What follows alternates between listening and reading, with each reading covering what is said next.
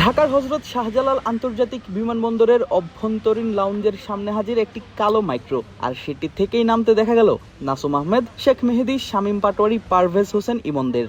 গতকালই ঘোষণা করা হয়েছে নিউজিল্যান্ডের বিপক্ষে 3 ম্যাচের টি-20 সিরিজের প্রথম 2 ম্যাচের জন্য স্কোয়াড, আর সেখানেই আছে এই 4 ক্রিকেটারের নাম। চট্টগ্রামে দলের সঙ্গে যোগ দিতেই তারা ছাড়ছেন ঢাকা, আর যাবার আগে ইমন জানিয়ে গেলেন নিজেদের আত্মবিশ্বাসের কথাটাও। এরপর সিকিউরিটি চেকআপ শেষে তারা ঢুকেন বিমানবন্দরের ভেতর। আগামীকাল নিউজিল্যান্ডের বিপক্ষে 3 ম্যাচ সিরিজের শেষ ওয়ানডে ম্যাচটা, আর তারপরেই শুরু হবে টি-20 সিরিজের প্রস্তুতি। আর ইমন, নাসুম, শামীম, মেহেদীরা সাজাবেন ব্যাট বল হাতে কিউই বধের পরিকল্পনা, করবেন অনুশীলনটা।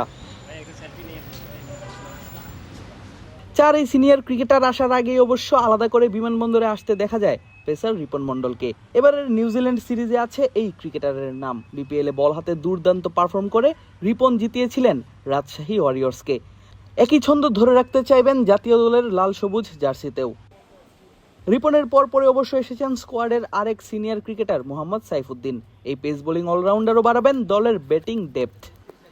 72 ঘন্টা ময়েশ্চার লক সমৃদ্ধ লিলি বডি ওয়াশ, শিয়া বাটারের গুডনেস স্কিন রিপেয়ার করে রাখে সফট ও গ্লোয়িং।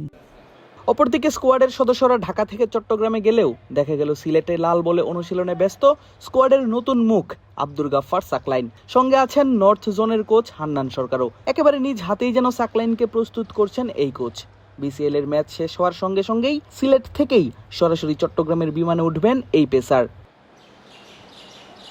নিউজিল্যান্ডের বিপক্ষে 3 ম্যাচের টি-20 সিরিজকে সামনে রেখে প্রথম 2 ম্যাচের জন্য স্কোয়াড ঘোষণা করে বাংলাদেশ ক্রিকেট বোর্ড। শেষ ম্যাচ অনুষ্ঠিত হবে ঢাকার মিরপুরে। সেই ম্যাচের জন্য দেখা যাবে নতুন স্কোয়াড।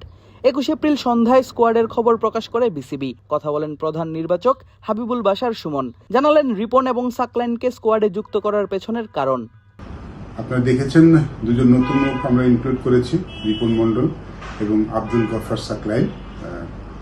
অবভিয়াসলি রিপন মন্ডল খুব ভালো করছিলেন, ভালো করছেন। আমরা মনে করছি যে শেষের দিকে যেতে পারে এবং শুরুর দিকে তার উইকেট নেওয়ার সক্ষমতা আছে, সেটা আমরা ভালো মতো ব্যবহার করতে পারবো। আর আব্দুল গফফার সাকলাইন আমরা একটা বোলিং অলরাউন্ডার খুঁজছি, তিনি হয়তো আমাদের সেই অপশনটা হতে পারেন। সেই চিন্তা ভাবনা থেকে তাকে দলে নেওয়া, আশা করছি তিনি আমাদের ভবিষ্যতের জন্য সেই বোলিং অলরাউন্ডার যে জায়গাটা সেটা পূরণ করতে পারবেন।